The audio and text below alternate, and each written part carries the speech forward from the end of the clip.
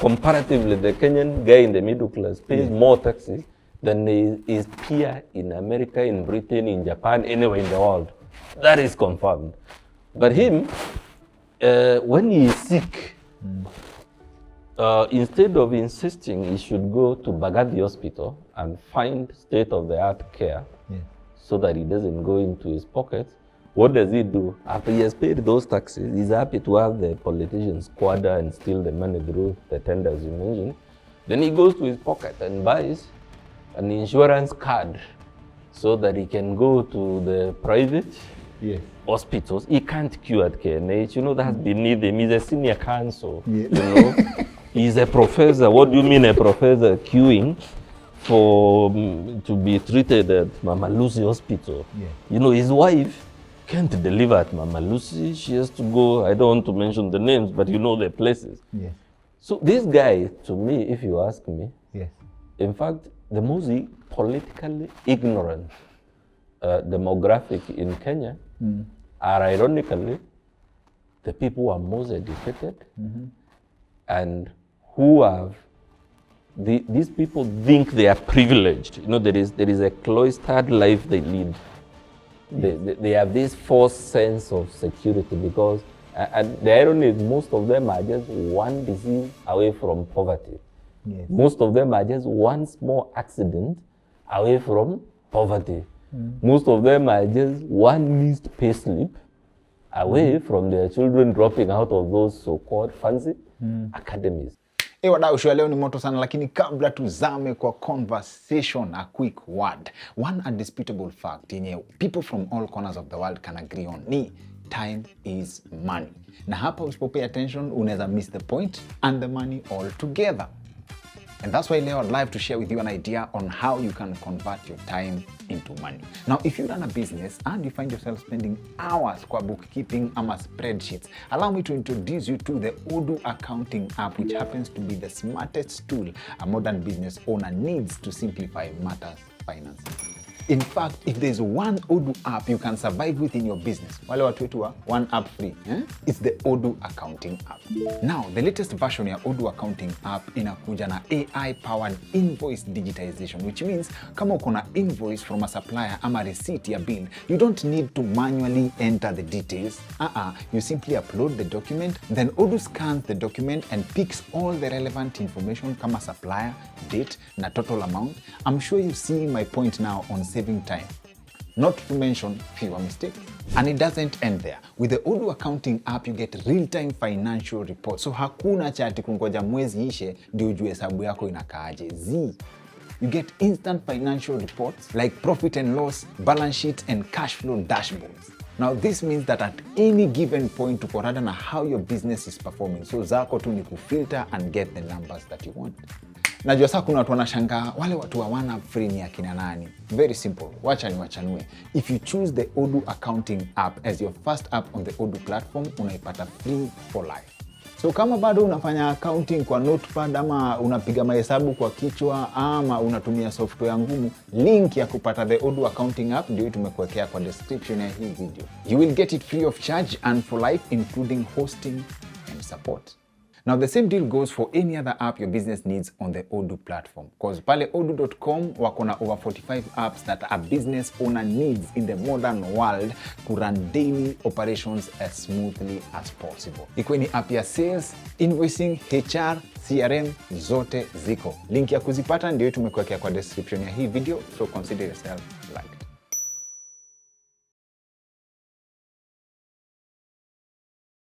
Wadau, kama kawaida, good vibes tukikutana nayo, we have to bring it to the table. Our guest for this episode is a senior law lecturer, senior counsel, Dr. Muthomi Thiankolu, but nimeona he veers away from titles kabisa.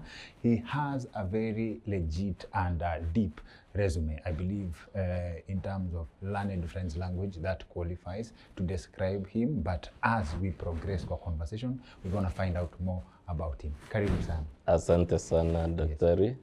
I'm really honored and privileged. Thank you, sir. To come to this very famous show.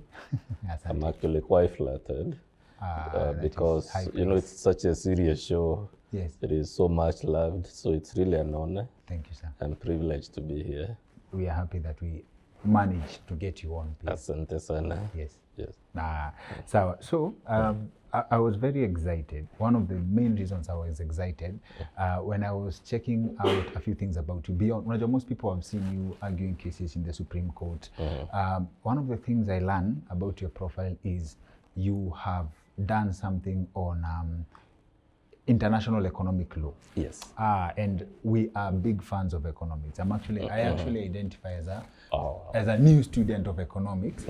And then you have also done something on procurement law. That's another area that I believe if we can tap into your knowledge to break down concepts of, let me simplify the way Kenyans think about it, tenderpreneurship. Yes. I believe that's your area of expertise. Yes. Those are two main reasons. Yes. I've been very, very excited that we are having this conversation. But then if we can go back to the start, to your earliest indication that you would venture into law as a profession? It was actually an accident. I didn't know I would land into law school because I was called to study mechanical engineering at the University of Nairobi. Yes. And actually reported to the Faculty of Engineering. Yes. I did classes there, did cards. But then along the way, I discovered it was not my type of thing. Yes. And then to do a deep soul searching, since I didn't seem like someone who find fulfillment in being an engineer, I had to do that thing Kenyans call calling yourself to a meeting. Yes.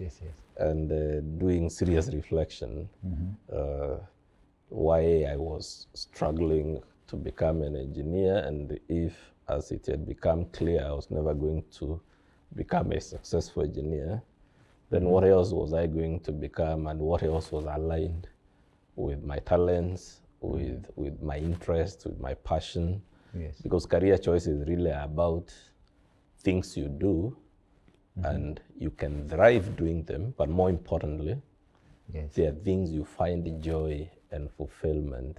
Because there is a lie being told to many people that career choices are about making, truckloads of money, or being famous like Dr. Kingori here, or being a celebrity. It's never really about that. It's about, would you enjoy doing this job even if there was no money being made out of it?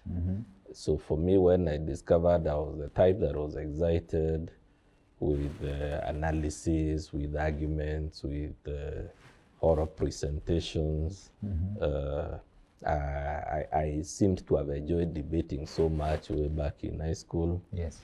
And to me, that's how I went to the university administration and told them, sorry, I think I am lost here. Would you kindly allow me an interfaculty transfer to the Faculty of Law? Yes. And that is how I shifted into law. Never looked back. At this point, do you engage? There's something, I believe you come from an era where parents held in high esteem the career choice that someone takes. Do you enter into any negotiation with your parents or sponsors on this career change? Because there's something special about mechanical engineering from back in the day. Yes, and interestingly, my father had always told me that his own of the vision was that the career that would suit me was either teaching or law. But young people and their defiance, I never thought about it seriously. So when he came to see me at the university to visit me, then he didn't find me with the tri-squares and doing those technical drawings. Yes. How come today I don't see you doing the technical drawings? I always find you doing it. And I shifted to law. And then but that's what I had told you initially to apply. What made you to now go back to what I had recommended and you had refused it? I told him, I once was lost, now I'm found. I once was blind, now I can see. So, but my parents are not the type that would have pushed me if I didn't want. And even if they had tried, I'm not the type that would easily be pushed into something. So I was just mistaken, I was young, naive, and foolish. And if I told you how the revelation came to me, because it was a Damascus moment, how I made that decision is that I had a bicycle that I had bought immediately after leaving Form 4. Yes. And that was big. Owning a bicycle then, even headmasters of high schools didn't have, not all of them could afford a bicycle. Just a simple bike, not the fancy bikes. But that's a strong statement. Yes. So I had a bicycle, very nice. Then one day I dislodged the rear tire or wheel or whatever you call it. Yes. Then I tried to assemble it back. Yes. And I couldn't. So then that meeting I had with myself was, if I cannot fit back a bicycle wheel and ride my bicycle, how was I going to become a mechanical engineer if I cannot surely remove and fit back a bicycle wheel? And to me it was clear, then I was lost. There is two stories here. Yes. Number one, yes. There is something that influences the choice to choose mechanical engineering, because you call yourself from a meeting after. Yes. Is it the same thing of prestige? Like, I want to be Yes, back then, it's not like today when there is so much information flowing around. You're a young kid with very strong O-level grades. I had gotten straight A's in physics, in math, in biology. I was weak in math. I had only gotten a B, but somehow I was still able to meet the cluster points for engineering. Yes. And then that's the basis upon which I had thought, like any young man would do, that with all this passion and interest in being scientific, I could somehow thrive in engineering. And I think why this conversation is important is that it shows how meeting paper qualifications might be very different from whether you're a good fit to study a particular course. For instance, now I was good at physics, but I'm still very good in the sciences. Even today as a lawyer, I still do cases that have scientific issues. But then the question is, does it take more than being very good in math, physics, and chemistry to make an engineer? And I learned the hard way that it actually takes much more. And the most important thing it takes is not whether you can crack the math or the physics, but do you have a creative mind? Do you have an artistic mind? If you have a multi-story building like this one, is that something you can come up with, including its aesthetics, its structural soundness, and bearing in mind how it syncs with the immediate environment or with the ground on which it stands? You see, now that is real engineering. Yes. And if you don't have a gift for that, and one of the problems with our education system, of which I was a victim in that case, is that it assumes if you're an A student, therefore you can do any course. Yes. And I always ask, like I see whenever we announce results, you see kids with A's. I want to become a surgeon, I want to become a pilot and whatnot. And I always ask some of them, like those who say they want to become a doctor, and I ask them, if you met someone vomiting, are you comfortable taking care of them? Yes. If you met someone who is bleeding and has cuts and injuries and fractures all over, do you find it okay and you're in your proper element to now deal with a person in that status? If you found someone with a terrible diarrhea, they have fecal material all over, and you're the type that will feel nauseous and that's not your thing, then how does it matter that you're such a good biology student? You can diagnose whatever. You will never make a good doctor. Yes. And even if you go to medical school and pass all the exams, which is the technical part, you still never make a good doctor, because patients will be coming to you the moment you see the puke, the moment you see the fecal matter after they have heard their balls go wild and whatnot. For you can't touch, but then that's what doctors deal with every day. They don't deal with just what is contained in the biology textbooks and in the chemistry textbooks and whatever other textbook. If you want to be a lawyer, for instance, and you're the type that doesn't like confrontation, you don't like arguments, you're a guy who loves peace and resolving things quietly. How does it matter that you have such a top brain, such a good analytical mind, you can, get the legal issues? You never still enjoy a career in law, or the one I love most. You are a coward. You know what it means to be a coward. Then KDF has advertised that they are picking cadets to go and train to become top military officers. How does it matter that you can fly those fighter jets so well or sail that submarine so well? If you are a coward, the moment you hear a blast, you have gone to hide under the table. You're never going to make a successful. It goes beyond the paper. So the point really, and I think this is one of the big problems historically with our education system, we tend to over-glorify the grades and forget, and the prestige. I got an A, and we forget for various careers, there's certain things that you may not see on that resource slip, which might be more important than the A's you got. And unfortunately, because of our colonial history, we lock out of, say, engineering, people who have that artistic gift that will make them very good engineers just because they didn't have a plain A in math. Then allow another guy with a plain A in math who wouldn't make a good engineer like myself, Yes, so that's the context. But the long and short of it is, once I found my way in law school, I have grown from one glory to another. And my problem right now is that I have achieved everything, because there is nothing above senior counsel unless I join the government and become, say, a judge or attorney general or something like that, solicitor general. Part of my biggest challenge these days is I've reached the pinnacle at a fairly young age, and I'm trying to now reinvent myself to do things that are perhaps in the realm of law, but not in the traditional areas that have established such a strong, professional footprint. Basically, I've reached the apex. There is no case I can say I will do now and there is something special I will achieve or feel, It's both a good and bad thing if you're only 45 years old.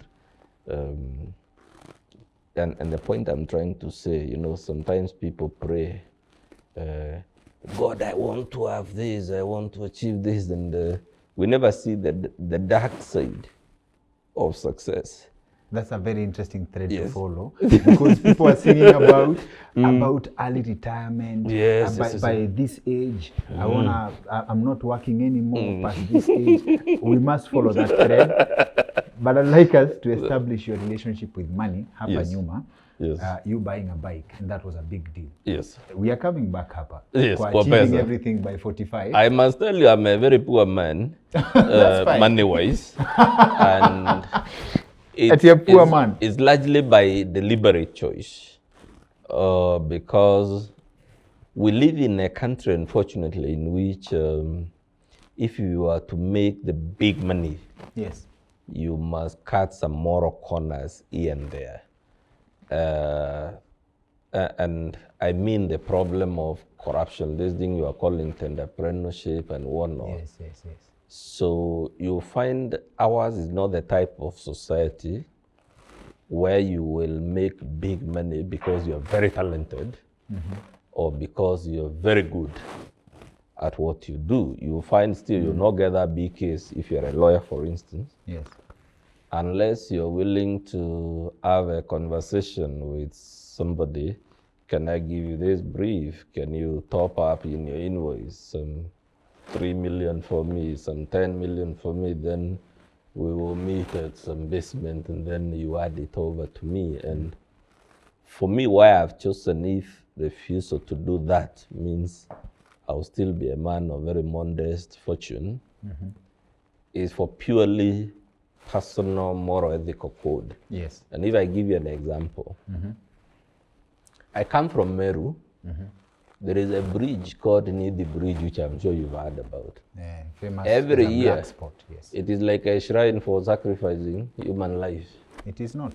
You know, because every year people are dying at Nidi Black Spot. There is another one in the Rift Valley called Salga, although they are fixed these days. Yeah, they put a stone wall. Yes. Yes. So, and you find I am the lawyer because I know the CEO of, say, Kenya. So we have these arrangements, so I'll do this case, pull out a million, give. And then because we ate the money that was to do that section of the road, people are dying there every day in what is labeled accident, but it's not really an accident. It's a design flaw. It's a design flaw. Are you confirming that the Nithi Bridge as we know it, it's not a shrine, it's a design flaw? It's of course a design flaw, but it's also a corruption problem. You know the background of the story? I follow that route. And you'll be shocked there is even a Panjaru that can evade the whole thing just next to it, although many people don't know it. But so that we don't get lost in Nidi, let me give you another example. No, we are not getting lost. I'm following Okay. because I'm taking mental notes na naandika hapa. That's a very good example. Yes, and why I mentioned it, there is a way we Africans, and I don't know what's the problem with us, Yes. are socialized not to call things by their proper name. So there is that design flaw, as I call it. Yes. A lorry, a matatu plunges in, 30 people die next week, next month, whatever, if you count And over that the has been years. for many years. And it has now become norm Yes, yes, and yes. routine. But are those really accidents, or they are death traps we have set at that place? And if you put a death trap in the form of a bad road design, why are we saying it was a traffic accident? We should say these people died because Kenya approved a wrong design for the road, whatever the motivations they had. There is another one we love in the media industry where you are. We call it police brutality. We call them extrajudicial killings. The truth is that these are murders. We have not established our police force or service or whatever you call it so that they would be shooting people who are peaceful demonstrators. That's not policing. It's outright crime. The name of that crime is murder. But when you read your typical headline, oh, police brutality, extrajudicial killings. There is a way we baptize in this country things we don't want to call them by their proper names. And to me, if you ask me, most of the deaths that happen in this country, they're actually murders, including, you're told this guy was at Kenyatta National Hospital, Mama Lucy, or whatever this, and the doctor is telling you, yeah, we didn't have this, we could have saved his life. That guy actually died of corruption. Where is the money that we budgeted to provide the equipment to make? And if the money was appropriated by Parliament, and we didn't ensure it is spent well because of, to go back to your word, the apprenticeship, procurement. You see, we even have a good name for it. It's procurement. It sounds very nice. But those people actually, who, as we do the telling, those people, the cause of death, in insurance lexicon, they talk of the proximate cause. What was the effective cause of death? It was corruption. Those days at the Nidi Bridge, the effective cause of death is corruption and incompetent leadership. Yes, yes, yes. Most of the people dying in our public hospitals, they are not dying of the disease that took them there. That's the superficial, the doctor's report will say this guy had cancer, he had TB or whatever. And because of how we are socialized, and part of the problem is this language we call English. Because English, because of its nature, that's a matter for another day, has so many synonyms and ways of not calling something by its real Name. Corruption is a polite name for Yeah, theft. for theft. Yes. These guys, most of the guys leading this country, we call them Mheshimiwa so-and-so, CEO so-and-so. The correct title for most of those fellows is this. But no, he is a senior counsel, you know. He's a doctor of laws. And there is a way we love the artificiality and not, which is part of some of the bad things we picked from our colonial trauma. So those are very heavy. There is so much to unpack from what you've just said. But now that you've touched on economics, let me pose to you an idea that I've been working on. Kenyans don't understand the value of money. Value of money, money as a tool to exchange value. For example, when a politician gives more money than they can account for, more money than they can explain where it comes from, people will enjoy receiving the money.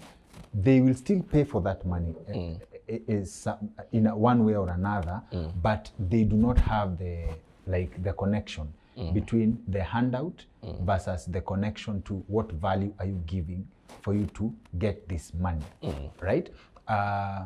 One of my favorite examples in recent times was someone who commented on my Facebook page saying they are feeling so bad that corruption will end before it's their turn. So that is the approach we have, the approach we have to life. So, for example, in that needy example you gave, it redefines the idea of human sacrifices. If it's a design flaw, it means that if that road was built, wrongly because someone ate money, and for very many people have died for the millions they pocketed. So that's direct correlation. It's nothing, before you get even to the spiritual world, the evil is in the deal that was made, and someone made money from that, and the ordinary person keeps paying in lives, and they may never connect the two. So in terms of Kenyans not knowing the value of money, we come to what I would call a special kind of financial freedom. How many people can say no to corruption money that is already there? So how do you develop that? What inspires that to say? So for me, my personal philosophy is one that questions the idea that seems so pervasive in our society, that money is alpha and omega. If you have money, then we don't check you. And I think it's also one of our colonial and post-colonial hangovers. You see, before colonialism, we didn't have a money or a monetary economy in any of our African societies. And money came, as you correctly say, money has no intrinsic worth on its own. In fact, money's worth is purely notional. That piece of paper is just a piece of paper. The only reason it has all this importance we attach to it is we have agreed psychologically, both local and globally, that paper or that coin is a medium of exchange. So if you need this glass, you give me so many of that paper in exchange. But the paper itself cannot surely be worth, say, a car or even this table. And for me, the problem is how of late we have evolved in Kenya is that as we increasingly lose our values, my grandfather, if I give you an example of the point I want to make, was a great wrestler. He was valued and respected in that traditional colonial society, pre-colonial if you like, as a wrestler.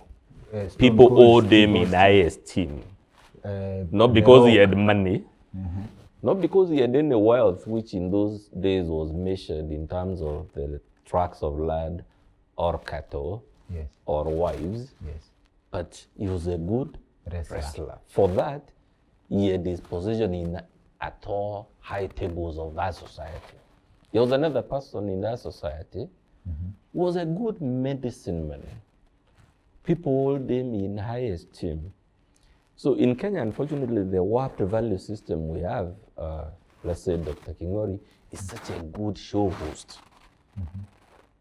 If you're really talented in the thing you do, That alone should be enough to earn you a seat at the highest tables of society. Yes. But in Kenya, the way the value system has evolved is unless you have silver and gold, money. You know, it is Petero and the other guy who told them, silver and gold we don't have, but in the name of Jesus, I tell you to wake up and... So the value system that seems to prevail today is one that overshadows the things that make humanity special. So that if you don't have money, then you're treated like a leper in those back days. And no one will see anything worthwhile. You'll not get any attention, any dignity, any respect, any honor, just because you don't have money. And the problem with that attitude, which is what leads us to what you are describing, is a politician or whoever will come campaigning.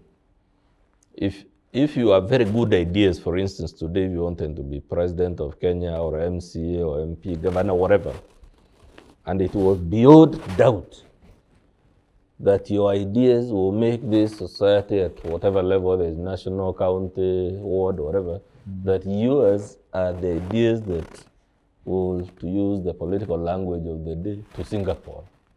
But you're walking around, you're not flying in a chopper or driving SUVs and having all this bravado that you can only have through money and things money can put to your campaign. No one will listen to you. In fact, you'll be treated like a madman, and they will vote for the thief because the psychology is that if this guy has all this money, we don't care how he got it. He is the guy. And for me, it's something I hope one day our social transformation will reach a point where people start actually asking those questions. Where did you make all your money?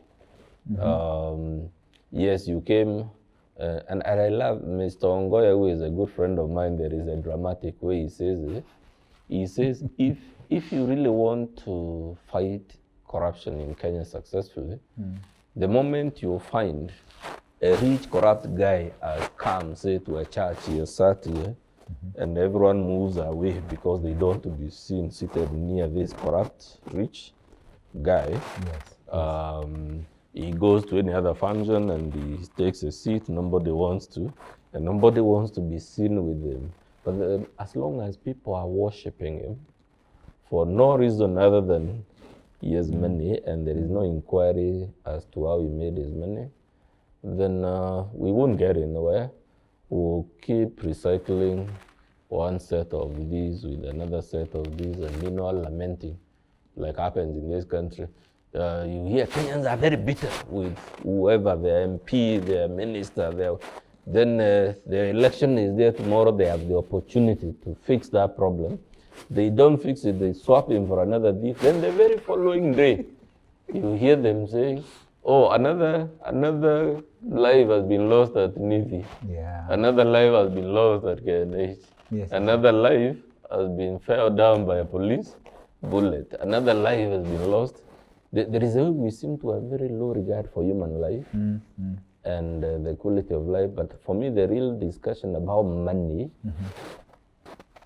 is whether our people, the ordinary Kenyan, is he able to make the connection, the link between his economic status and the quality of leaders he elected at whatever level. If you can't pay school fees for your children, are you able to link that in countries with good leadership, people actually don't pay school fees because the public school offers quality education? If you're living in a shack in a slum in Nairobi with raw sewage right outside your door, are you able to see the direct link between that quality of life and the quality of leaders you chose from MCA all the way to the president? Because in the real in countries where people take their democratic, we talk about citizens' rights, and nobody in this country talks about citizens' responsibilities. Yes. And to me, Kenyans are not victims of all these evils bedeviling our country. So for me, the question is, and can I make you laugh, Dr. Kingori? Do you know the people who are most guilty of these things I'm talking about? It is educated guys like you and me. They're the biggest problem. You can call them middle class in the language of the media. Because a guy like you and me, who says he's very educated, what does this guy do? One, he is the most taxed citizen. He's the one who pays most taxes. So he has paid taxes to that maintain the Ministry of Education. And instead of insisting the public school offers quality education, he goes back to his pocket to take his kids to a private academy because the public education system is not offering good education. This guy has paid crazy taxes to ensure we have good roads, so that if he wants to go to the deepest recesses of Karachuonyo or Nyambene, where I come from, he has a good road. So what does the highly educated Kenyan like you and me do? After he pays more tax than anyone of his level anywhere in the world, and the road has not been done, he has paid the tax so that Kena or Kera or Kura or whoever can tarmac the road. What does he do? He wants to go to the inner recesses of Meru villages. So he goes to his pockets again and buys an SUV, a large car that wastes even more of his money in fuel and maintenance, pollutes the environment even more. This guy, because he's rich, he's educated, he has paid a lot of taxes for public health system. You can call it SHA, SHI, SHO, SHU, SHI, whatever. These guys, we call middle class, people with a modicum of education, a modicum of a good business, a modicum of a professional life. So he has paid more taxes than his contemporary in America per capita. He has, comparatively, the Kenyan guy in the middle class pays more taxes than his peer in America, in Britain, in Japan, anywhere in the world. That is confirmed. But him, when he is sick, instead of insisting he should go to Bagadi Hospital and find state-of-the-art care so that he doesn't go into his pockets, what does he do? After he has paid those taxes, he's happy to have the politicians squander and steal the money through the tenders you mentioned.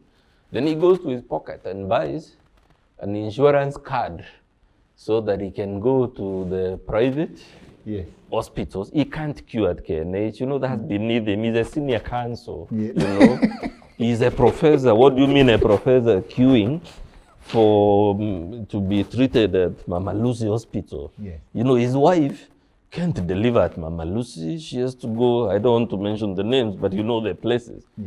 So this guy, to me, if you ask me, in fact, the most politically ignorant demographic in Kenya are ironically the people who are most educated and who have, these people think they are privileged. There is a cloistered life they lead. They have this false sense of security because, and the irony is most of them are just one disease away from poverty. Most of them are just one small accident away from poverty. Most of them are just one missed pay slip away from their children dropping out of those so-called fancy academies. Yet these are the people who don't see why, or who don't ask questions. Why are we reading, after we paid our taxes, the SHA, I don't know if the SHA, or whatever.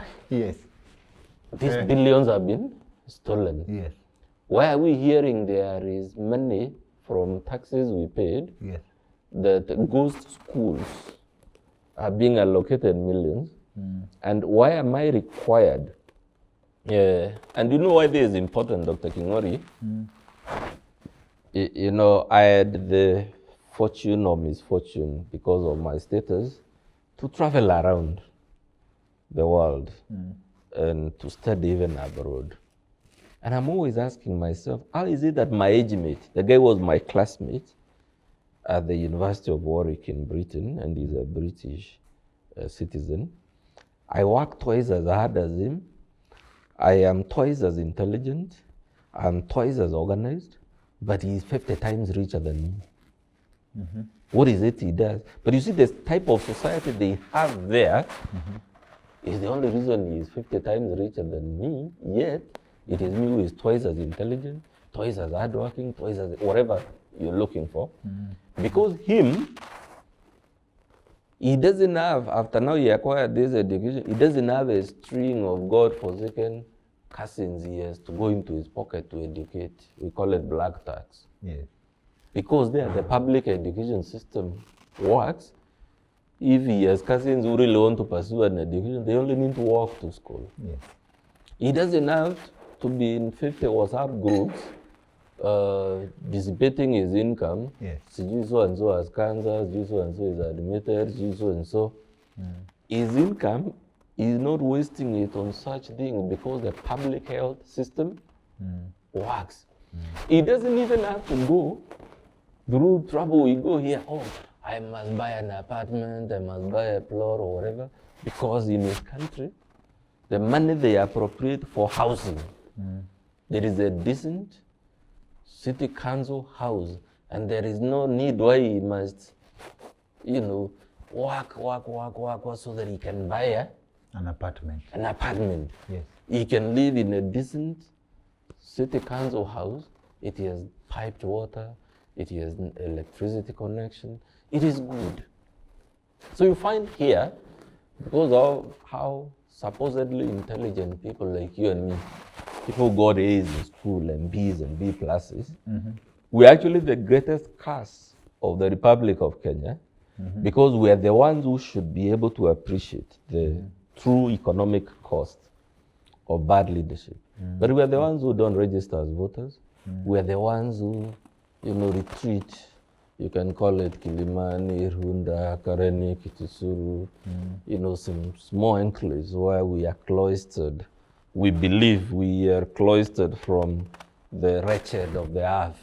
So if the politicians continue stealing, and yet the money being stolen, the wretched of the earth, by the way, don't pay much taxes. These people like you and I who pay the bulk of both the conventional tax and, more importantly, the black tax. The black tax. So for me, then, part of the problem with this worshipping of money, back to our point, is how it blinds us to the structural problems that make us one of the most hardworking people on this planet, because there are few places on earth where you find people more hardworking than Kenyans. Yet we are still one of the poorest countries on earth. Yes.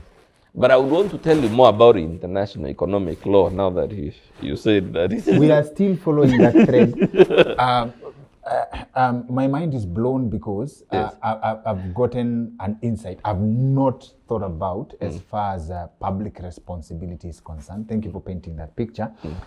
But also in terms of leadership, I saw a comparison between how the Soviet Union was run down, whereby in terms of how they managed their economics, let's say I think the comparison was with Britain. The amount, because Soviet was well endowed, the Soviet Union was well endowed in terms of resources, like let's say production of power. So because it was available, the companies that would produce would use up to 100 times the requirement, because they have it, what the British would use a unit of to produce the same quality. So they were wasting because they had. There's also another story of some Jewish settlement whereby they observed that when people were allowed to live with free electricity, free food from government, they used to have guests coming in, more people, wasteful electricity use. And the example being made here is with abundance of resources and with leaders who don't know how to apply the use, it is in natural human instinct to misuse that, not to get value. Because when the government introduced for the Jewish settlement, a tariff or a pay for use of electricity and water, the usage changed. People were more disciplined. I'll give you an example with the trend we've seen in Kenyan governments in recent times. I'll not mention which.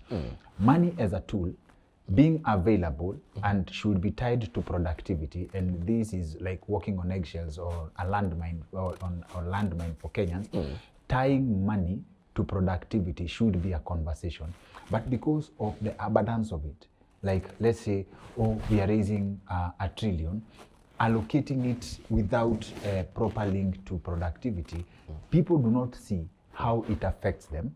So I'm tying this to citizen responsibility versus leaders who know how to manage resources. For example, if the government would come with policies that controls resources and people start seeing the benefit, behavior would change. Rather than telling Kenyans that we need to change our behavior so that this and that would happen, may not yield that much fruit. I think it is more about the kind of leadership than citizen responsibility. If leaders come with policies that force people to follow certain elements, let's say an example has been given, Michuki rules come, bring sanity to the roads. It is possible to happen, but it comes from the leadership side. Kenyans are now complaining about, and my friend Mokai and I were discussing a concept where NTSA is introducing fines so that we can put people in check to like follow traffic rules.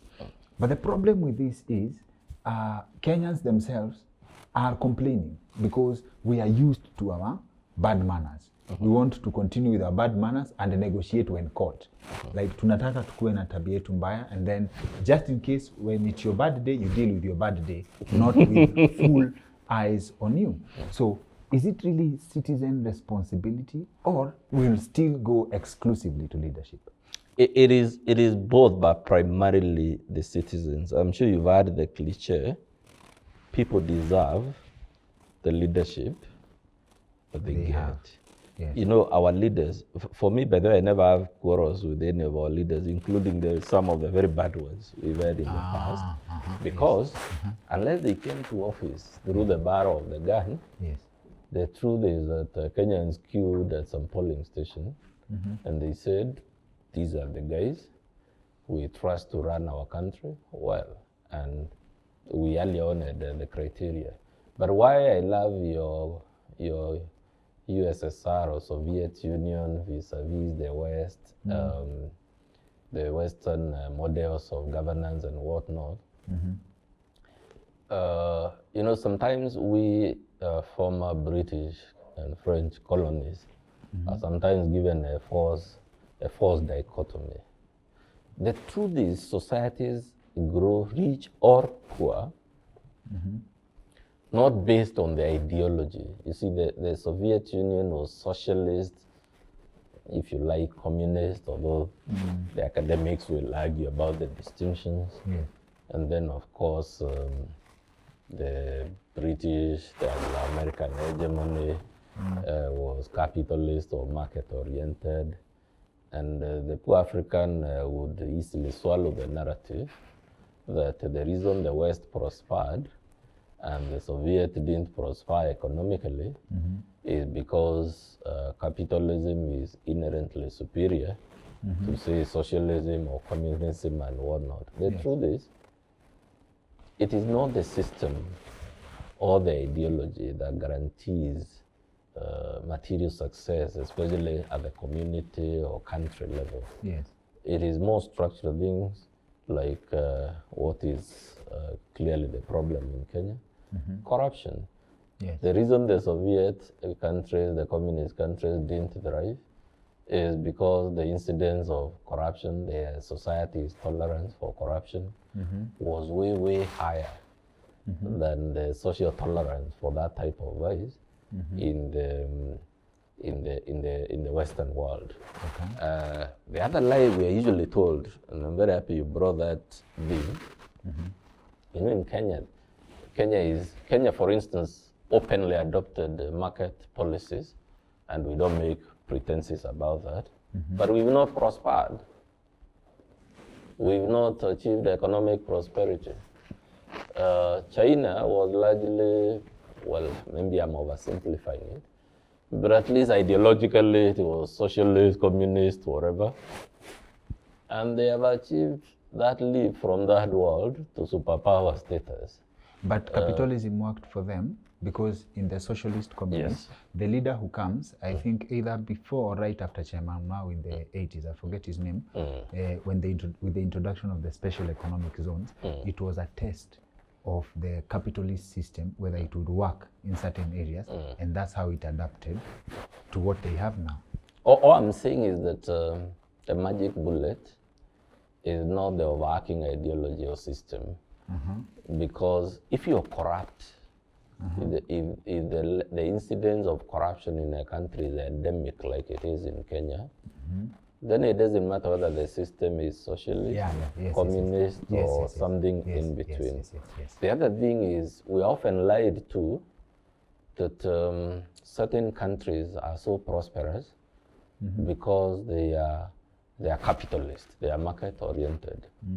And one of the things we are not told is that the reason those countries have such a good human development capital index, why the quality of life there is very good for the average citizen, is because they have adopted things we did as Africans, but we have been lied to that those things have no place in the modern world. Britain and America, which claim, for instance, to be champions of markets, they have a very strong social protections for their vulnerable.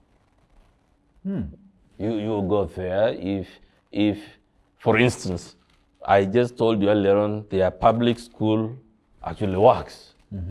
Their public health works so well that even their prime minister can, if sick, go to any random public hospital and obtain treatment. Here in Kenya, we've been lied to that everything must be calibrated with shillings, cents, profit, loss. So, and if you don't have money, God help you.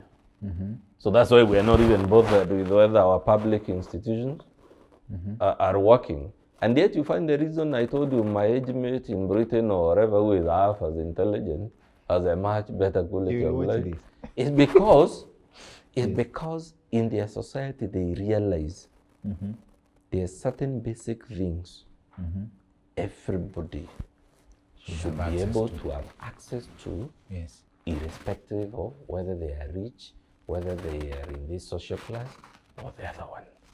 There are certain medical services that everyone, there is a certain level of water, sewerage, and sanitation that whether you are the poorest in that country or the richest, you should go to a tap and, draw water there and drink it without having to worry. And you know the sad bit, Dr. Kingori, this country actually had those systems up to around 1985. When I went to school in the year 1987, the public school where I went, that is the school where all the children of that catchment area went, whether their parents were rich or poor.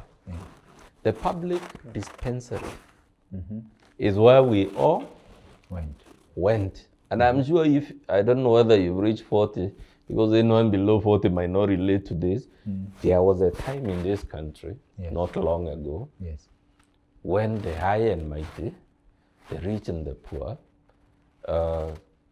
would all converge at certain points. They are sick, they can go to Nyeri Provincial Hospital. And you'll find there is a rich man, he's there. These days, that hospital, that system has been killed. We now have a 2-track. If you're rich, there is a certain quality of amenities you can get from the market because you have money. Yes. If you're poor, God help you. If you're rich, your child, because the other one is not working, can go to this private school, this private university, this private this, and they're still okay. The only problem is most of our so-called rich people, as I told you, are actually criminals. That's their real proper name. Because if you go to the countries we love to be like, we are former British. I don't know, former is a misnomer because in many ways we're still a British and in some way an American colony. Yes. If you go to those countries, people who are rich, and let me ask you real examples. What do you attribute the wealth Bezos as? The creation of Amazon. Yes. What do you attribute Bill Gates' wealth to? Microsoft. What do you attribute the wealth of Steve Jobs? Apple. Yes. Now, the common denominator of all these people you've mentioned, they created and something. We could go on and on, is that there is something they created through their talent that is used in virtually every home or office. And because it is used in every home or office, they have made such a huge fortune rewarding their talent and creativity. Now, without mentioning names, tell me one Kenyan billionaire who you can say the reason they are rich is because they invented this spoon or they designed this bottle, and because this bottle is used for bottling by very many companies from water to medicines, that's how they have made their fortune. Or because, if we go back to the traditional economies, the reason they are so rich is they're such a good farmer. They have this ranch where they have 5,000 cows, and every year 2,000 of them give birth to new young, so they're able to sell like every year 3,000 cows. That, or they farm 10,000 bags of maize. So you tell me, and we said we are not mentioning anyone, but the point being made is some of the people, if not most of the people we call rich in Kenya, they are not rich because there is something they do that adds value to human life, to the life of the ordinary Kenyan. They didn't invent that car you see on Kenyan roads, or any component of it, not even the tire, not even the brake pad. They don't make anything. Yes. So the only reason they are rich, going back to the Needy Bridge, is that there was a tender to build a road here. There was a tender to build this there. And in that tender, because they are the ones who have proximity to the powers of the state, they were able to tell the contractor, this tender, we want a road that is of this quality. I'll give it to you at the value of whatever, but you give me 1% or 5%. I didn't know when you're talking a road. Doing a kilometer these days, give or take, is anything from 50 to 150 million shillings. Yes. So what the country ends up doing is, first of all, the contractor, the only way he can pay that bribe, because it's bribe, to acha kuita majina mingi, is by either inflating the costs of doing the project or cutting down on the quality of the work they will do or the thing they will deliver, so that then they are able to still make a profit, so that they can give the minister their cut, the governor their cut, the county commander, God knows who else, NEMA, KRA, county government. So what you end up with is Dr. Muthomi Thiankolu, learned counsel, wearing nice Italian suits, speaking nice English, and people clapping for him in the Arambes and churches. They're basically worshipping a thief because all this money that Dr. Muthomi has is money that is the reason all these wretched of the earth that are dancing for him clapping for him. That's why their quality of life is so horribly bad. Because this Muthomi, who I told you has not invented anything, does not produce anything, not crops, not services, nothing.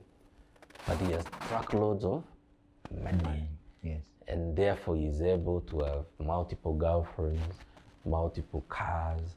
These now the niceties, the conveniences of life. That's why we admire and worship him. Yes, yes. But we actually, if you contrast the structure of how people become wealthy in the societies we aspire to be like, there, you check everyone who is stupendously rich is rich because they are either very hardworking, or very talented, or very innovative.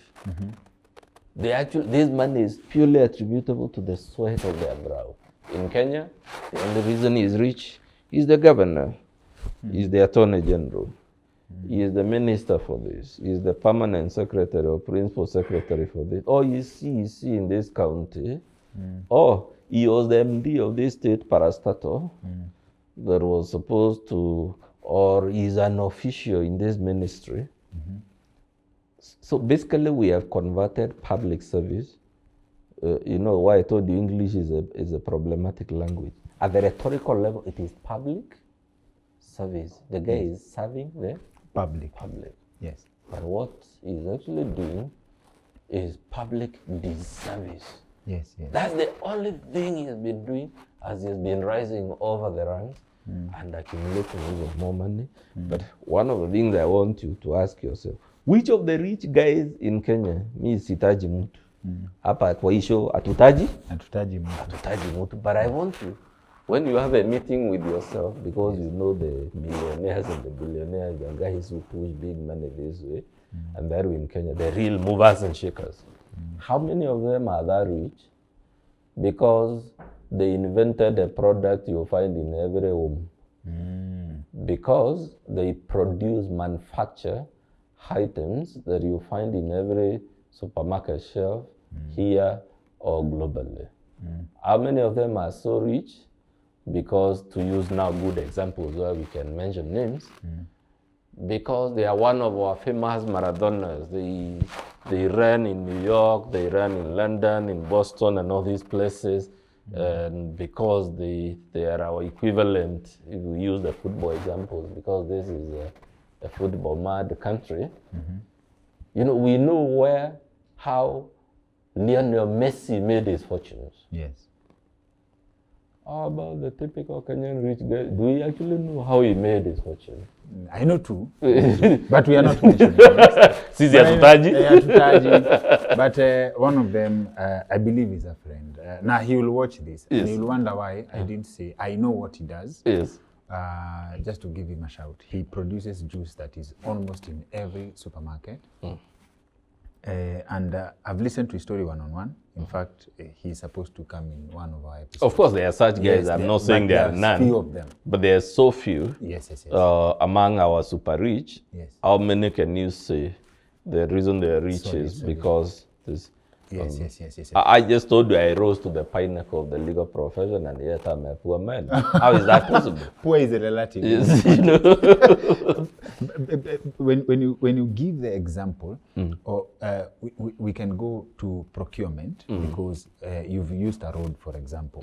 And in my reading kidogo into public procurement, they say something about maximum value for money for the public, at what time. There's very many specifics, but it has been accepted that for when you supply things or products for public consumption, a pen that would normally cost 10 shillings could be priced at 2,000 shillings.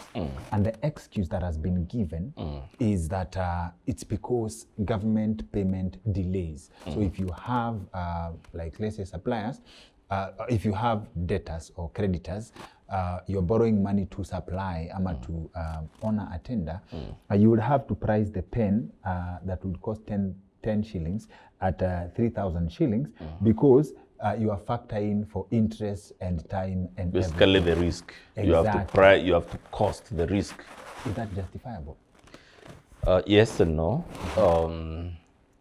So the explanation that the reason we buy Yes. or we procure at the exorbitant cost is because of the delays in payment. Yes. From, of course, a purely textbook point of view, that is one of the reasons you have those bizarre outcomes in our procurement process.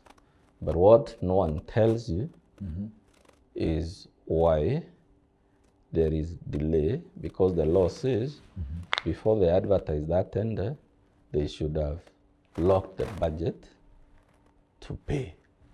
So how is it that we end up with a situation where you have supplied whatever it is you supplied, and after supplying, now you have to chase your invoice for the next 3, 5, 10 years.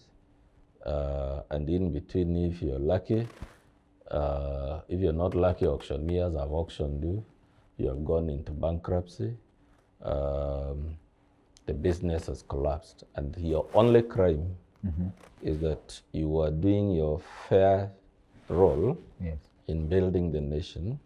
You supply, say, stationery. Yes. And what you're never told is that the so-called pending bills, part of the problem we have pending bills. Yes. In fact, the biggest reason is corruption. They won't pay you because you won't give a kickback to the people in finance, the people in accounts, the people in audit, the people in whatever and whatever. And sometimes because all these people are asking you for a kickback, it won't make sense, because then it would mean you will not even get even a markup of even 1 cent.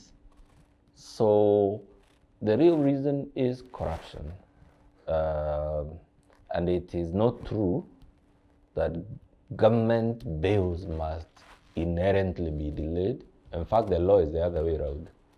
The law even provides for surcharge against officials of government who lead to the problem of pending bills and the accumulation of penalties and interest. Of course, you know our laws are more honored in breach than. So it is true why we buy a pen or whatever it is we are buying. You know, you're talking of a pen. Yes. You can extend that to everything. We are buying a kilometer of road for, say, 100 million, a kilometer of tarmac, when the true cost is maybe 15 million. Because, you know, everyone from the minister to the PS to the chief engineer to Kena, Kura, whoever, to whoever, to NEMA, it's a whole web of people wanting to have a card. So at the end of the day, you have the public paying 100 million for something that is worth 15 million. And because of how corruption works, and I don't know whether this show I will not be talking things that are too sophisticated. We'll break them down. The difference between us and the countries that are rich is not that those countries are not corrupt. I know this will really shock you. They're actually, in some incidents, more corrupt than us, in the sense that if you pick a single corruption scandal, say in the US for a defense contract, that single contract, the corruption involved might be more than the entire budget of the Republic of Kenya. Just? Yes, one contract. Or if you go to China, you know, they will tell you China has very low tolerance for corruption. They take the corrupt to a firing squad and whatnot. The real truth is that the reason corruption here has a chokehold on development, on everything. Basically, you know, ours, it's Chinua Achebe who said in Longer Teas, these people are corrupt through and through from their skin to the bone marrow, you know? Yes. And the problem with that type of corruption in technical language, when corruption has permeated all levels of society, from the president to the minister to the street sweeper to the kanjo guy to the police guy. Everyone in Kenya is looking out for some opportunity to scoop, to scheme, or whatever. That type of corruption in academic literature is called decentralized corruption, where at every turn. So when the structure of corruption in a country is endemic and decentralized, it discourages investment, whether it's domestic or foreign. It has a chokehold on innovation, on development. And you know why? I'll give you a good example, which is not actually hypothetical. I know this in the course of my professional life, and because he's not Kenyan, I can mention names. Aliko Dangote, who is the richest black man on earth, came here in Kenya because we had discovered we have, just in Muthomi here, Mwingi, Kitui belt, we had enough limestone to run a serious cement factory for 400 years. Okay. We have enough limestone in just that area alone to set up a serious cement factory, and that limestone can supply cement to Kenya and East Africa and the world, or whoever is interested in buying, for 400. And of course, Aliko Dangote got very interested in investing, and he was bringing his multi-billion-dollar investment to set up a cement factory in Kenya. So when the structures of corruption in a country is decentralized, or if we use the language of the day, devolved. So he comes here at that level, you'll find everyone from people at the very highest level of State House want their cut before this investment can be approved. So you sort people, let's say in State House. Then thinking you're done, you find under some law the minister has to approve something. Then you must sort the minister.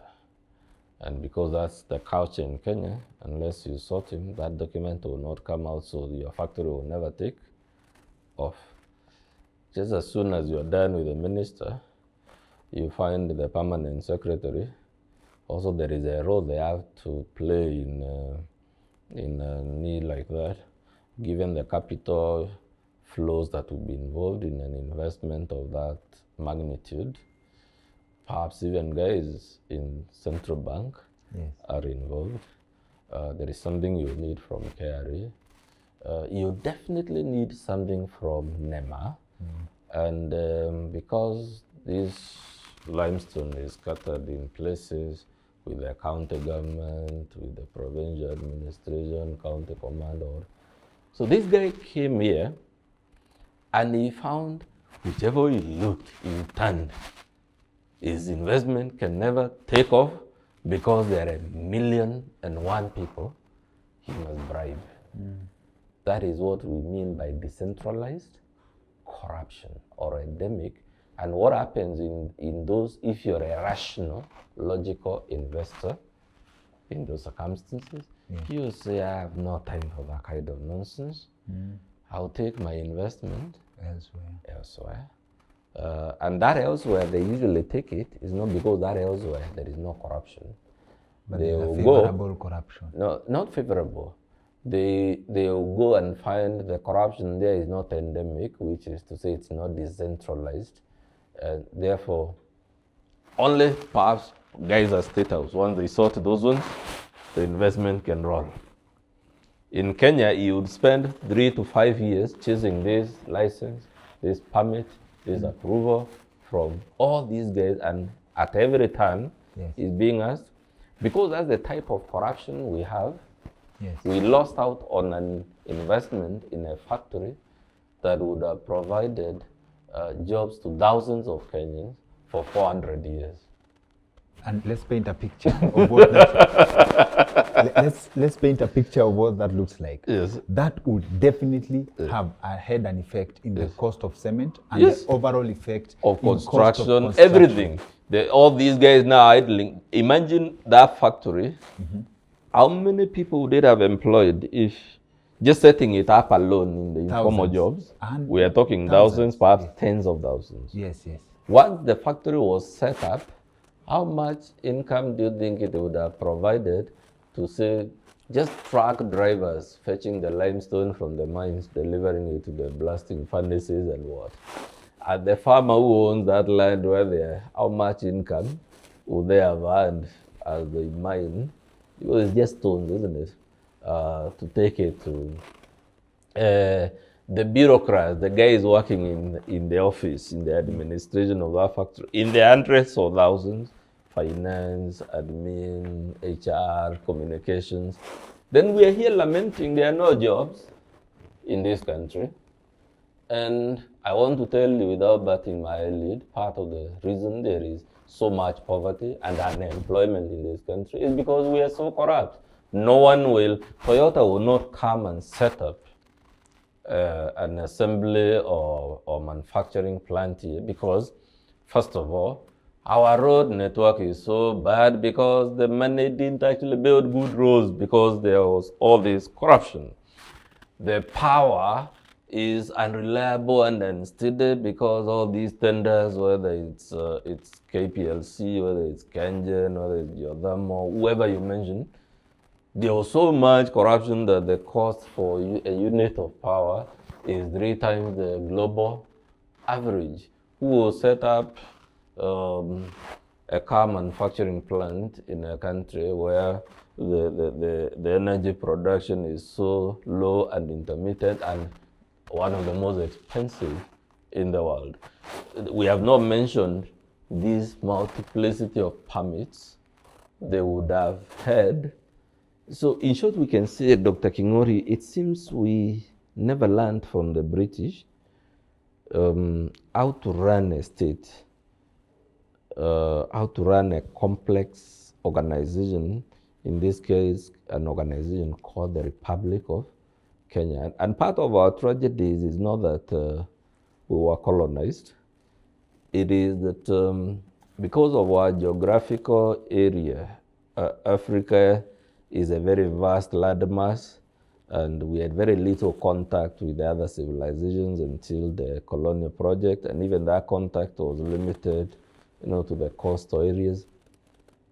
We never really benefited from, say, what ancient Rome gave the powers of the dinner in terms of ideas how to run a complex bureaucracy, how to plan for 100 years, for 500 years, how to, we don't seem even being afraid of being dominated and ruled by foreigners, The other day I thought when COVID came, we had learned our lesson that, so you can be rich, but there is a global pandemic, so you can't travel, and the private hospital beds are all full, so it doesn't matter whether you have your sacks of money at home, you might actually be forced to go to Baghdad hospital or you die.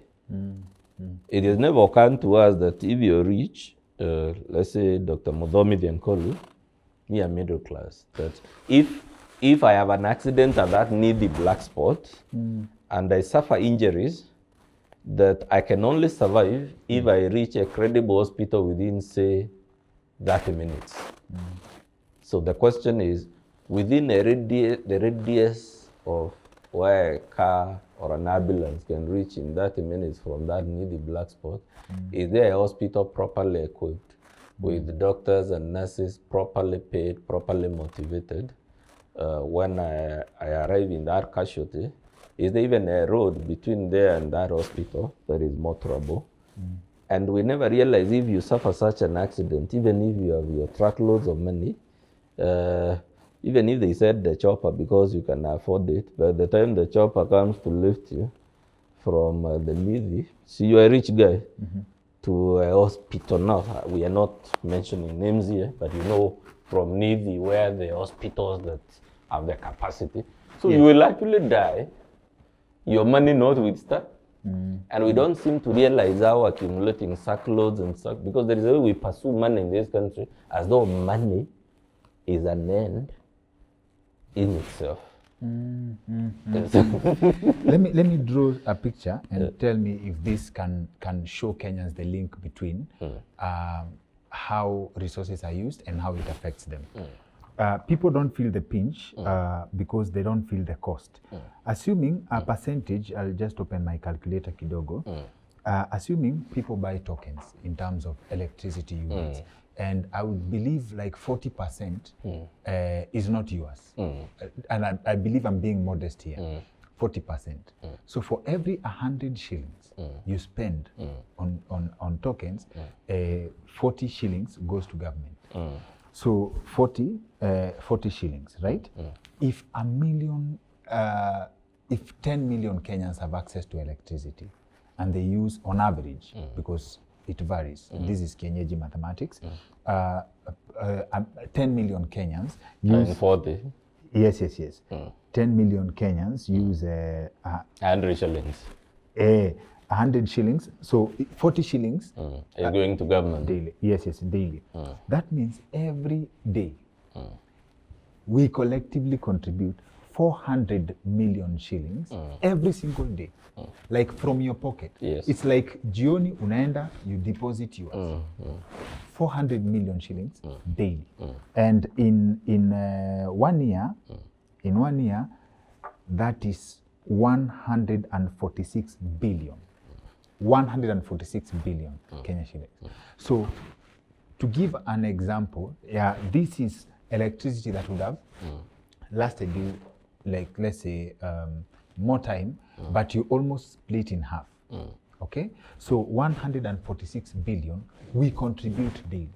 So when someone comes and gives and dishes out 1 billion, hii imetokea wapi? If this is money from tokens peke yake, this can build hospitals, this can build roads. From token peke yake, if used properly, this can build better schools, but we do not see that. I'm very happy with that example because there are several dynamics from you. Yes. First of all,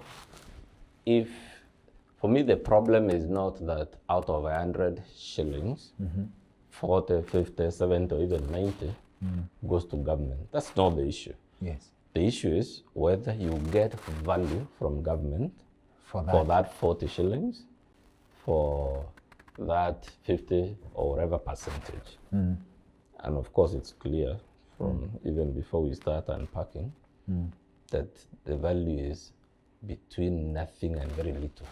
Okay? Yes. And that's why I say people like you and I, people claim we went to school and we're very sophisticated, are actually the cars of this country. Yes. Number two, the second dimension of that problem. If in a properly run country, why would government take a whole 40 shillings out of 100? Because it means this cost of power is not reflective of the real economic cost of producing power. Yes. So then the question goes to, perhaps the reason it is for every 100 shillings, 40 goes to government. Do you know why actually it is like that?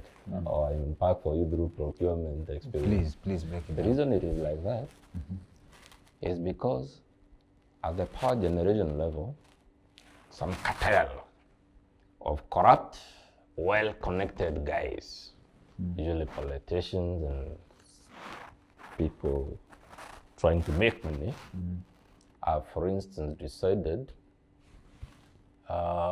we will not generate, although we have said the hydropower capacity to generate the power we need, we will not install that capacity because Mr. Muthomi, who runs power generators, needs to make money. Diesel power generators, thermos, this country will have nice sound, they call it thermo generation. It's just some fat cats somewhere who have influenced. That's why it's called state capture, because they will influence the policies of the state to go in a direction that enables them to make quick money. So you'll find there is no investment, say, in geothermal, even though we have the capacity. There is no investment in hydro, even though there is capacity. Yes. I doubt we have capacity for nuclear, but it can be built and whatnot. So, because politicians, by their very nature, are short-term, they make their money, and they did make it quickly, get out of the scene. Yes. So, Dr. Kingori and Muthomi will form a company called some fancy name, which has these contracts with, say, Kenyans, with Geothermal, or whatever, where we sell power. Because you and I stole some money from somewhere, we have a small weed farm. And because that weed farm must make money, never mind at what cost to Kenyans, so that's why it is costing. So I want to tell you, out of that 100 shilling you're paying for whatever unit, the reason 40 or 50% or whatever percentage, but we agree it's a very high percentage, is going to government, is to maintain these corrupt supply chains for power. And the Kenyan, the Kenyans who have the sophistication to understand it, like you and me, they're okay. Oh, power emission, unua token. You know, you don't even think they don't. Why is it that a unit of power here is, say, 100 shillings, but in Morocco, it is 30 shillings. In Egypt, it is 20 shillings. In Ethiopia, I mean, we are doing a standard gauge railway. Product. Yes, we are doing a standard gauge railway here at a time when Ethiopia was doing theirs and Morocco was also doing theirs. And the Kenyan cost per unit was 3 times what the Ethiopians were paying. And the Kenyans are not asking, why is it that to build a kilometer of road here in a similar terrain with the terrain in Egypt, in South Africa, why is the cost here 3 times? And of course it is 3 times because of our endemic corruption. There are people who must make millions, not because they have invented anything, not because they are very talented, not because they sweat their brow. They are proximate to the policy making and the coercive powers of the state. They are an MP, they are a minister, they are a CEO, they are patched somewhere at a place that enables them to shift, to design. That's why it is called budgeted corruption. You've heard the media and the NGO people talk about budgeted corruption. So that example you gave, part of the reason it is like that is that it is budgeted corruption. We are relying on thermal generation because we must limit the other ways of generating, so that Muthomi, who contributed to the campaign kitty of this governor, this minister, this whoever, can make good money. So these are projects not And in good yes, faith. they are not in good faith. And for me, the question is, if the figures you've just given us are like that, the question is, how have they been invested in bringing up, in serving the Republic, making life more meaningful for the less privileged? Because that's why now the countries we say are rich, that's why they beat us. Because then they seem to agree in principle. Yes, every country has people who are patched somewhere, who are benefiting disproportionately from holding instruments of power at various levels in the state. But their model is not one where only those guys keep driving. They ensure that the country is run with a certain modicum of propriety, efficiency, fairness, and everyone, except those who are really lazy and not focused, can have a decent shot for a decent life, where you can access the things that make life meaningful: basic health care, basic sanitation, basic food. You should be able, in a well-run country, having at least 2-3 meals a day should not be something you thank God for. Seeing your kids through school should not be something that you sell your inheritance, your little plot, you bother people Arambe after Arambe. That is already symptom that we have a very unequal society that is not run well, and unfortunately, for me, the problem is not our leaders, it is our citizens, because, as I say, unless we reach a point where citizens themselves demand, you cannot be our governor riding an SUV in dirty roads when we are carrying our sick on the back because the road is not motorable. You cannot be our senior counsel going to high private hospitals when our people are dying at level 5, level 4, whatever level, for lack of basic equipment, basic medicine, basic care. Until the people connect their suffering with the quality of government they are put in place. So our government is only responding to the expectations its citizens are placed on it. And if the citizens have very little expectation, then even in this job you do, I'm sure part of the reason you perfected this show is that your followers have certain expectations. I'm sure there is a way you do it, and they ask, hey, Dr. Kingori, hiyo ya leo ulitoa huyo jamaa wa hiyo haibambi. Please don't. If you continue like this, we'll stop following you. Your show. Which means your followers have a certain expectation. If you are employed, your employer has certain expectations, and government is an employee of the people. And in a typical employment situation, if you don't meet those expectations, what happens? You're shown your review this year was this bad. If you continue like this, we'll fire you, we'll declare you redundant, you'll not get your promotion, you'll not get whatever. In the context of government, it means in the next 5 years, we'll send you home. We'll fire you. So now, two things. In that example alone, the example we gave, it's very close to the numbers. It shows, and that's just in energy. We have not gone to water. We've not gone to garbage collection, to petrol, diesel.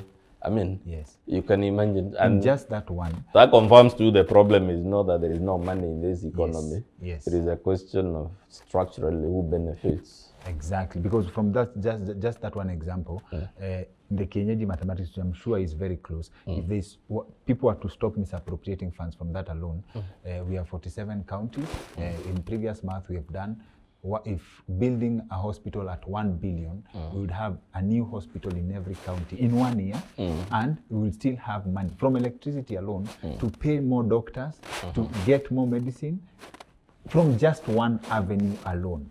The hypocrisy that the limestone example has exposed is we are busy exporting people and promising people opportunities outside the country, yet we are blocking real investments from within I will the pause country. there, and I'm sorry because I'm the guest. We are exporting labor. Now, while we were exporting them, missiles and bombs are flying left, right, and center. I don't know whether our policy makers, because we are not exporting much labor to Europe or to America or to China. The truth is we were exporting low, middle skill labor to the Middle East. And you now know what is happening there. But for me, why I asked you to pause, another thing we don't know about how to run a country, even people educated like you and me. And I'll give you examples that are confined to this table where we are, so that I show you how we are jokers. And for me, what pains me is that before 1985, we sort of knew how to run a country, how to run an economy. And one would have thought we would get better and better, but we have degenerated and gotten worse and worse. Let's start with you and me, Kingori. You're wearing some spectacles. Are those spectacles made in Kenya? No. You're telling me Kenyans can't make spectacles if we're in the right structures and we're running our country as well? They can. Those spectacles is just some steel and glass. Glass is sand. There is no sand in this country. There is.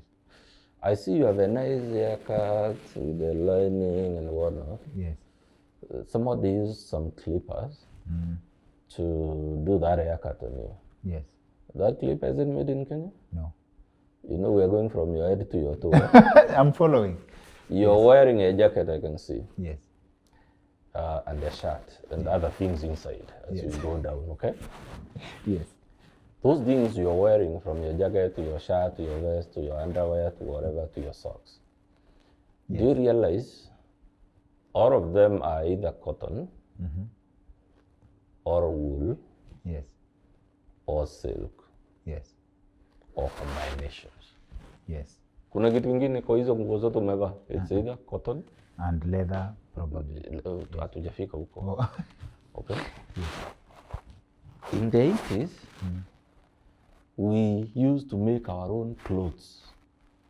Raymond, Rivertex, and by making those clothes, it meant, Yes. because we claim to be an agricultural country, somebody was farming the cotton. Yes. And if they were farming the cotton, that farming was one providing them income and employment.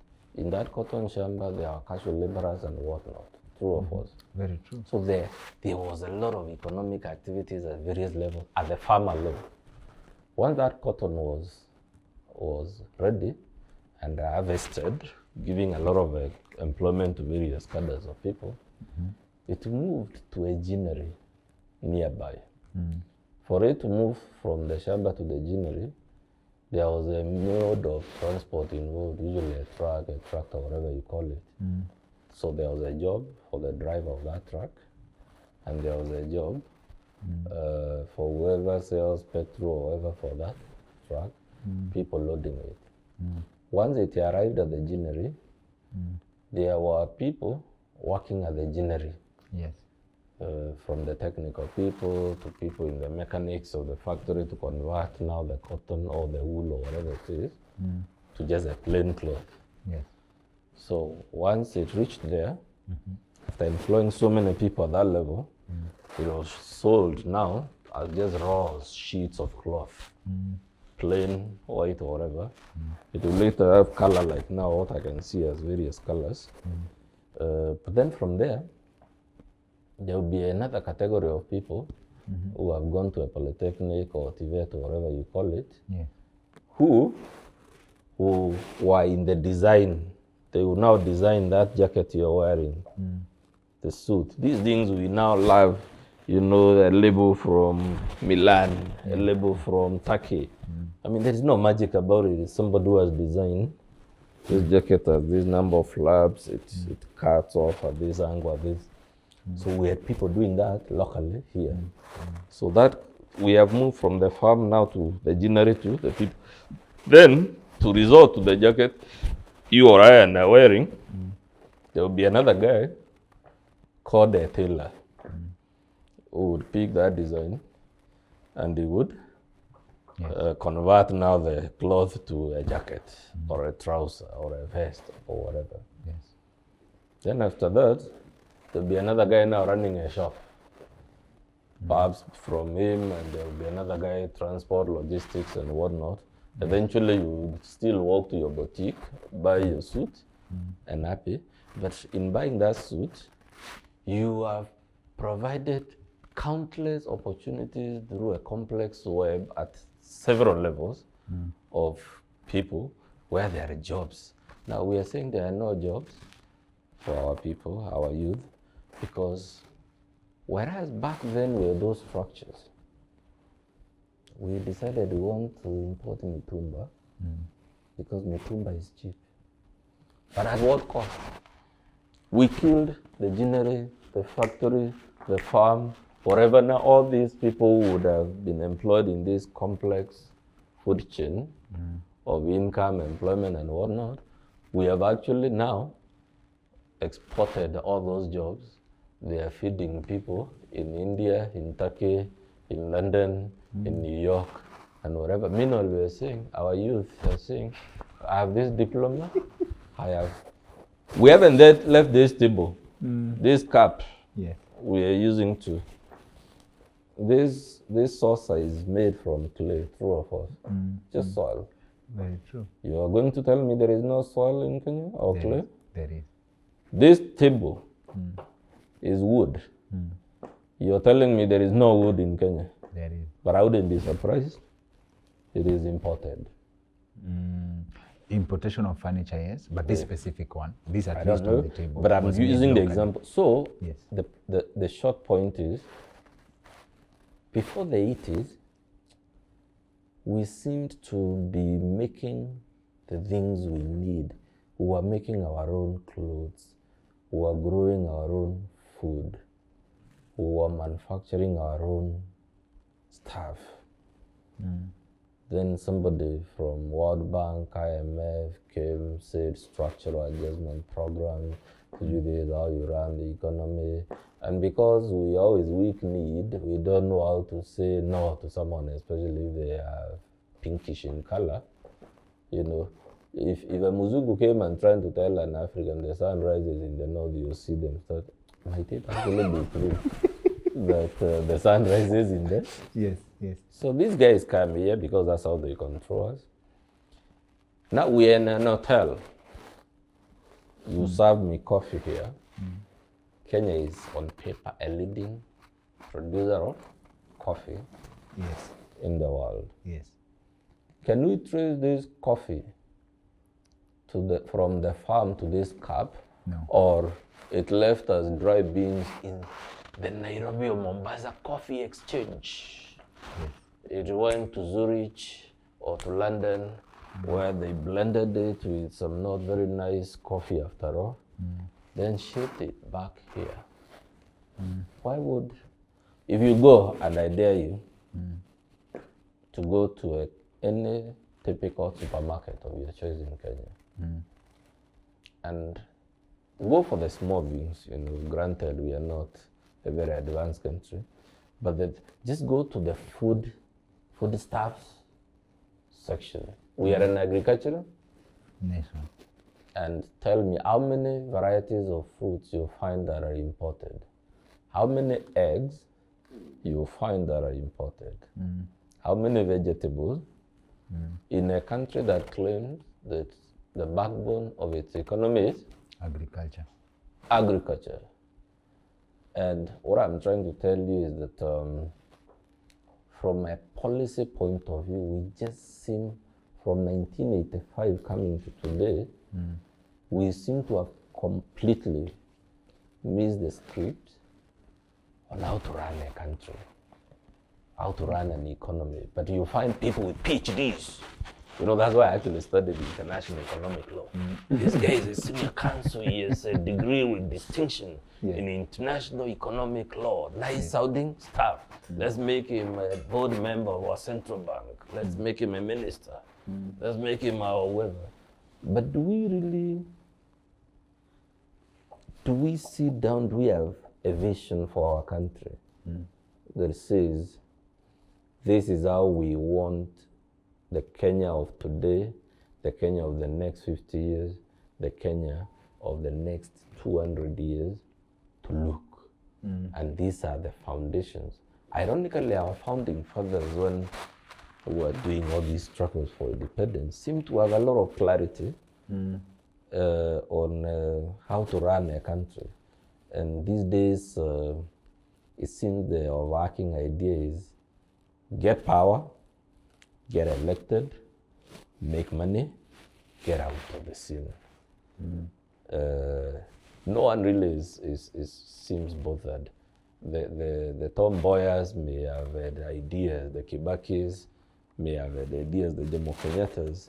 They still made very many terrible mistakes, but at least you can't fault them for lack of clarity what type of Kenya they wanted as a long-term project. Yes. Do you know any leader today you can sit within Kenya, at whatever level, who can tell you, I'm the governor of Meru County. This is the resource outlay of Meru County. These are the foundations I'm laying in my short tenure as governor. so that 100 years from today, when I'm long dead,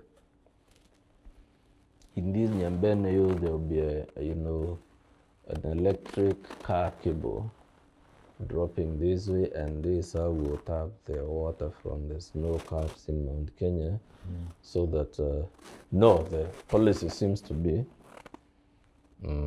because of the socialization of our people, I will do things that are cosmetic, very appealing on the surface, but nothing. And the perfect example is flooding. I wish we were friends on Facebook with you, because if you go to my page, one of the concepts I've been trying to tell Kenya why Nairobi has this flooding problem is because of what I call a monument concept of development. If you ask Africans and Kenyans in particular, what is development? To them, development is brick and mortar, something they can see. So our politicians don't bother about what is the socio-economic impact of whatever they are budgeting and planning for. They ask, what is its visibility value for purposes of posturing? So something like water and sanitation is very important as a measure of the level of human and capital development in any country. But if you ask the typical politician whether that should be budgeted and prioritized, they won't do that, because the aqueducts, the mains and whatnot would have to be buried underground. And because it is buried, there is no monument to showcase to the people when you're campaigning. Yes. That's why nobody has invested all these years in having a proper drainage, sewer and sanitation, not just in Nairobi, but in any of our towns. And I challenge you, show me any town in Kenya, forget Nairobi, that has a proper sewerage and sanitation system that was laid down by African leadership. Those that have it, I swear I can bet my life on this. Go to any small or big town in Kenya. If you find it as a sewerage infrastructure, it is the one the British laid down, not the one the Kenyan leaders. Now, if you come to schools and hospitals, and I could go on, we love to say, I'm governor, I'm minister, I'm president of this, I'm building your level 6 or level 10 or whatever level of hospital. And we have nice painted buildings with nice equipment. But if you sit down with a doctor, they will tell you that is the hardware for providing health. The software includes well-trained doctors and other medical cadres or professionals. The software includes well-stocked disposables and pharmaceuticals and whatnot. The software includes well-trained and motivated people. The software includes a reliable supply chain for all these things you need, from small things like syringes to the medicines, to the gloves, to the bandages. So the politicians are not interested in investing in a working health system. What they're interested in is a complex, a physical, visible, brick and mortar. Optics. We have built you this hospital. It's like saying, if we pick your skeleton, your skeleton is very important. But for you to be Dr. Kingori or a living guy, a mom or whatnot, the skeleton may be what is holding everything, but we know you need the brain as the most important, because that's where the central nervous system terminates. You need the spine, you need muscles, you need flesh, you need the blood, you need the plasma, you need the lymphatic fluid, you need the bones. There's so many things that make a healthy body. And what our politicians are interested in is not a healthy, wholesome body. It is what can be seen. Is it visible? Yes. So we say we have CBC 844, we have these never-ending debates about our education system. But you find the leadership and the people of Kenya, which is why I told you the people are to blame. Them, they want to see you build these shiny, nicely painted, nicely tiled classrooms and whatever. But they're not interested in, when we teach those students physics as one of the required subjects, are they actually learning something that will enable those students who can be good engineers to have a good foundation to be a good engineer? When we teach business studies in that school, are we actually producing people who can become good entrepreneurs because they are the foundation, learning business studies? When we produce lawyers like me, are we actually producing people who help us to design and have legal systems that work for us?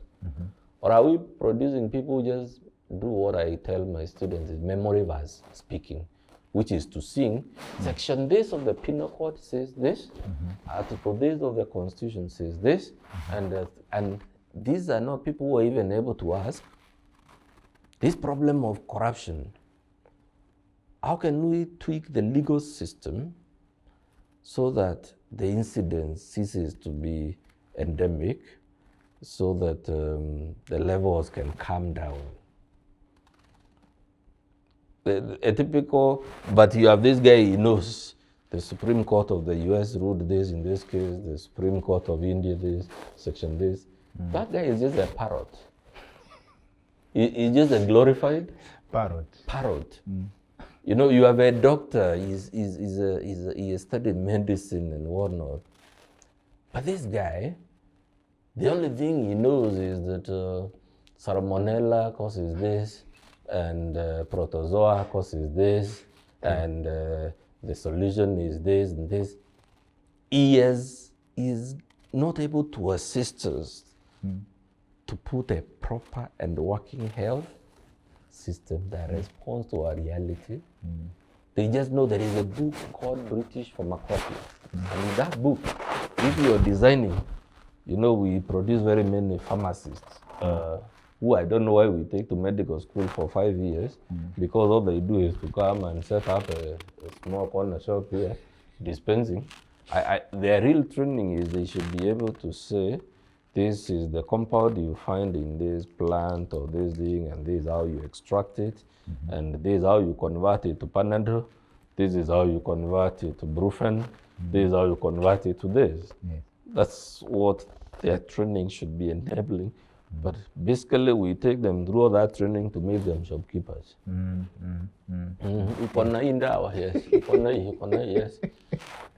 So we have a lot of problems, but I think they all come to, do we actually, as Kenyans and Africans, appreciate the complexities of running a country and what it takes to establish a good, strong civilization that is respected by other civilizations? And my hypothesis is that we don't. But lest it sounds like I'm very harsh on our people, historically we had a few isolated communities that seem to have this concept of how do you establish a civilization, a complex state. In Kenya here we had the Wanga Kingdom. In West Africa we had the Ashantis, the Sogais, the Mali kingdoms. Down here in the south we had the Mwanemotapas and here in Kush, whether Kush is Ethiopia or part of Sudan.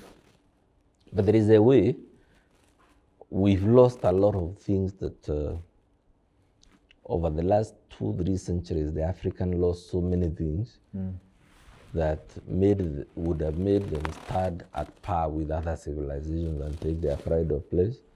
And whereas it is easy to blame either slavery or colonialism, or today neocolonialism, it's very easy to blame this or that for our structural problems. But the point is that it is only us who can establish strong, wealthy, respectable societies. that when you come from it and you go to America or China or Japan or Germany, you can start with your head tall and people, hey, that African, you know. We don't seem to bother about that. We are more interested in accumulating money. You've painted a very, very wonderful picture of what the problem is. And coincidentally, it's the same problem Singapore faced at some point. And their style was, I think, the direction their visionary leader, Prime Minister, chose was to be very deliberate in strengthening the institutions. And I think when you come to the Kenyan situation, you can qualify that the corruption problem that we have is purely fueled, mainly fueled by the fact that there are no consequences to stealing, right? I believe these are first of many conversations, and as a representative of the people and the chairman appointed for good vibes, I believe they will request a continuation, because this is just a tip of the iceberg, and thank you for sharing with us. So for the conversations that and the threads we followed today, we've been promised a Singapore, but from your assessment of what the problem is, do we have an opportunity to reset as we close? Yes, every community, first of all, we are not the first nor the last country to find ourselves in a situation everyone agrees is far from the ideal. And there are countless examples. You've mentioned Singapore as a good example of a society that made certain choices and decided we will not be among the wretched of the earth, we will not be that world, will be a powerful, rich, prosperous society. So theirs is confirmation that societies can leap if they make certain choices. And for me, the trick is not, you know, even for Singapore, it's easy to say their visionary leader did this, did that. A leader is just one man. I believe more in systems, and I think there is too much credit we give to Lee Kuan Yew or to the Chinese guy, or if you go to history, Japan was once a third world country before it rose to have even its own empire again, before it was conquered in World War II. So history has no shortage of examples of where citizens and their leadership have a convergence of vision and decide, yes, we are here and we want to go there. But it's not enough to have that convergence and to make that decision, because we were taught by Wahenga a long time ago, if wishes were horses, beggars would ride. So if it is true that we want to go to Singapore to be like Singapore, or like the US or like whoever, there is nothing wrong with such an aspiration. But it is hot air or wishful thinking to imagine, because we have aspired it, therefore it will happen. Or because we keep singing about it every day, therefore it will. The truth is, are we willing to make the sacrifices? Are we willing to adopt the value systems that pushed Singapore from third world to first world? And why I'm happy with this parting shot is Africans and Kenyans in particular are very good at copying, imitating models, but we always copy the wrong things. You know, a Kenyan is very nice to copy British cuisine, British mannerisms, British accent, British dressing, but they are not keen to copy the British engineering, the British technology, the British scholarship, the British value system, the things that have really made Britain great, or that have really made America great, or in your case, Singapore. What made Singapore great, for instance, is their commitment to zero corruption, the best and ablest people in positions of leadership, the cleanest, the most competent, the best of the best. So we don't want to do that, but we want to do a skyscraper that looks like those in Singapore and say, we are approaching Singapore. Surely it doesn't work like that. Yeah. If the reason America is so great is because they have Harvard, they have Stanford, Princeton, universities that encourage real ideas, real innovation, then you have, I won't mention any university, but you know how ours would compare to those ones. You have the British Highways Authority that does their roads in a particular way. You want to be like Britain, the guys there don't collect all these bribes and kickbacks. They just want to do a good road that will outlive them and the next 5 generations. Here, your concern is to get the kickback in a briefcase and whatever. So how will you be like Singapore? Because you can only be like Singapore if you follow the path that Singapore followed, and the path they followed is zero tolerance for corruption and meritocracy as the primary basis, not ethnicity, not who you're connected to, not a self-enrichment at the expense of society, efficiency, transparency. So to me, it's not enough. And if that's the approach, then I'm not persuaded we are going to Singapore. Yes. Because I said earlier on, I don't know how old you are. When I was a kid, I told you, at the time when Kenya was slightly working, we had been told by the politicians of that time that by the year 2000, Kenya will have reached a certain level, and we were told specifically every home in Kenya will have piped water, will have electricity connection, among other things. By the year 2000. That time it was Vision 2000. Then of course, we made so many mistakes after the 1982 coup and the concerns of the government became political survival or whatnot.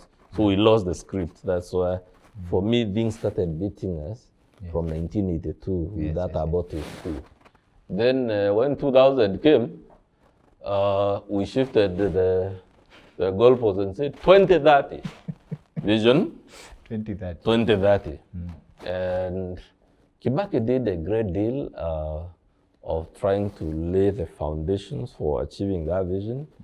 Then in our usual short-term entrepreneurship, whatever, and I'll give you an example. When Kibaki left, those who took the reins decided all these ideas Kibaki had, like Lab said or whatever, no, let's come with our own things, the ones we can collect our own rents, our own kickbacks and whatnot, make our own money, SGR, Expressway, whatnot. So that was jettisoned, although not expressly. So then, of course, it became clear at some point, it is Vision 2030, because we've not done what we were to do to achieve it. It became hot hair. Then now, because politicians always love, shifting the goalpost and not accounting for the delivery, we are now talking Singapore. And I can bet my life, when the time comes, the politicians of the day, forget those ones who are there today, of course, it turns out Singapore we never did the things we need to do to get to Singapore. They will now say Malaysia or India or something. So we always keep moving the yardstick, the mile, the goalpost.